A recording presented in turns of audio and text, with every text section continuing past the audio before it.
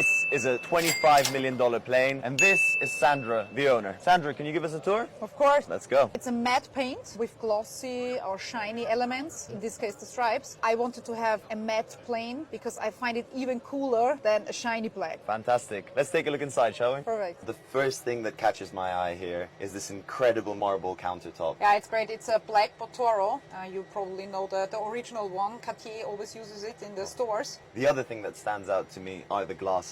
Well, that's actually really special. They are Dior Baccarat collaboration. Wow. Yeah. This is the lovely Club 4 configuration. Please tell us more about the materials used on the seats. We decided to go for felt in that case because I hate leather. I find it boring. I find it old-fashioned and also uncomfortable. In summer, it's extremely hot, and in winter, it's cold. Those are from Pretz. It's an Austrian company. Is a $20 million plane, and this is Steve. He's selling it. Should we take a look inside? Let's go. As soon as you walk in, we have this fantastic galley. It's got a really big counter space. It has the espresso machine, the coffee machine. It has all the storage for the refrigerator, the microwave. Flight attendant prepares everything from here. On the right side here, we have crew rest. This is important when you're taking a flight, usually over 10 hours. Sometimes you bring a third crew member to be able to exchange them so everybody's fresh along the way. As you enter into the main cabin, most of the time where the CEO sits over in these front two seats, and usually this is where everybody sort of sits at the beginning. This is the important seat because this is where all the controls are for the aircraft, and usually the majority of people are right-handed. Also gives you all the controls to be able to look directly up into the cockpit if you want to try to scream at the pilot or I want to inquire further more about it. Okay, which 550 are you calling about? Sure, numbers. What would you like to know about it? The asking price is what on this one? 27.5 on that airplane. 27.5. Negotiable, right? What isn't? Right? Good one. Okay. What's the status on your client? What is your client? Does he have something he's got to sell or trade in, or is it a new client? No, he's a client that's already on a program and he's willing to actually buy into an aircraft. We're looking into a Global 6000 for him, or an XRS, or a G550 or a 650. Do you have anything else other than this 550 on board? We have all of the above. I have a classic Global Express. I have a G650. I have a Global XRS. I don't have a 6000. And I have a G650. So which would you like? One out of the above. So let me shoot you an email with what is my request, and we'll take it from there. What do you think his ideal budget is that he wants to spend? Well, he's willing to spend between 23 and 25. So 23 and 25, he's really going to be a G550 is about it. If you go to a Global 6000, well, you might get the earliest 6,000 you might get for 25 million. Obviously, if you go for an XRS, you're going to be in the 15 to 20 range. G550, you go anywhere from 15 to 30, so because it depends what year. You won't get a G650 because that's going to be starting in the 36 million and going up to 65 million. Like a 2015 or 2018 year of make for a G550. I'm assuming this is a little bit older, right? Ours is a 2000. It's actually put in service 2013. If you go into 2015 or 17, you're going to be 30 million and over. So if you go to that age, you're going to get too much. And if you go for a Global 6000 that you want 2015 or 2016, 17, you're also going to be over 30 million. You either have to increase your budget or you have to take a couple-year-older airplane. Let's do this. I would not mind a couple-year-older airplane. I don't want it to be used and abused, you know what I mean? No, listen, this 550 that we have is... it's the same pilot, the same mechanic, and the same hangar since it's brand new, which, so that's, 10 years old. It's had two owners, but they were friends, so it just stayed in the same hangar with the same crew. And the airplane is really, it's been in the hangar since it's new, and the interior shows a good 9 on a 10, 8.5 on a 10 in great condition. The airplane has about 5,000 hours on it. Is it going to be on a charter certificate, or is it just going to be private? It's going to be a charter one. Okay. We're going to get it. He's going to be using it for his private travels, and I'm going to be chartering it out. Well, this aircraft is on a certificate now. Do you have a charter certificate that you have, or are you in the aircraft brokerage business?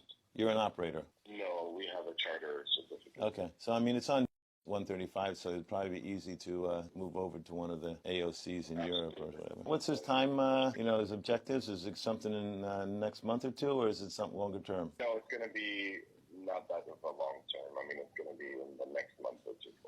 Okay. I mean, if this 550 could be interesting, let me know, because it occasionally comes to, let me know, and we can try to organize a viewing or something when it comes. Amazing, yes. That would be amazing, actually, because that would come handy just to expedite the whole process. Great. So send me that email, and let's get the next conversation going. Thank you. Thanks for your call. Take care.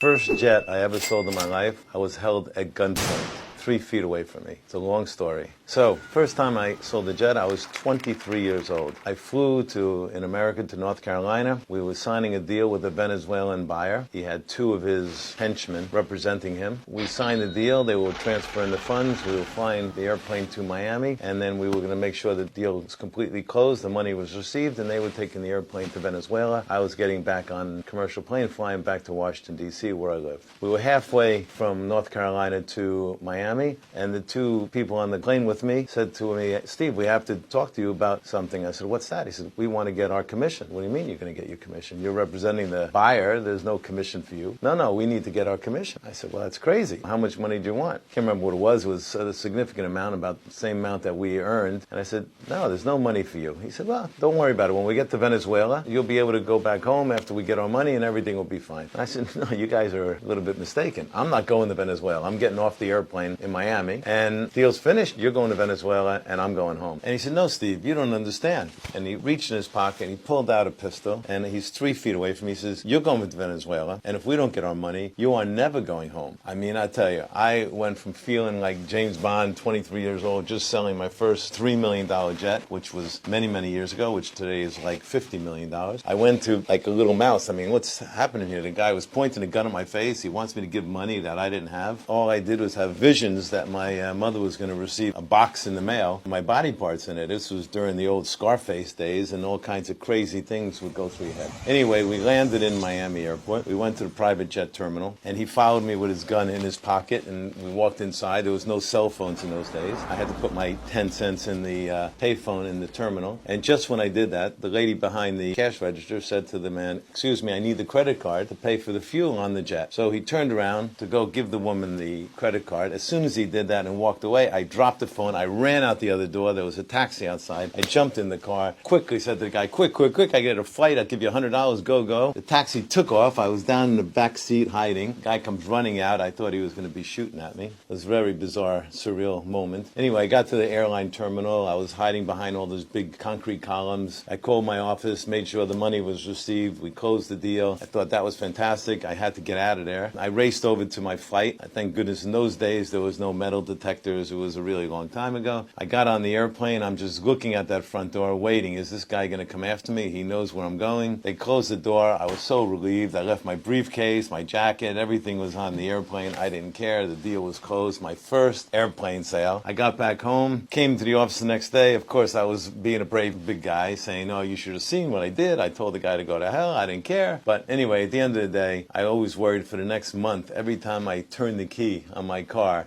I was like, am I going to get blown up now or not? I was pretty scared for about a month, and after a month, I just forgot about it. It went away. I never saw or heard from these people again, and that was my first aircraft sale. Quite a way to go through the first time, and to believe I actually stuck with it after all that.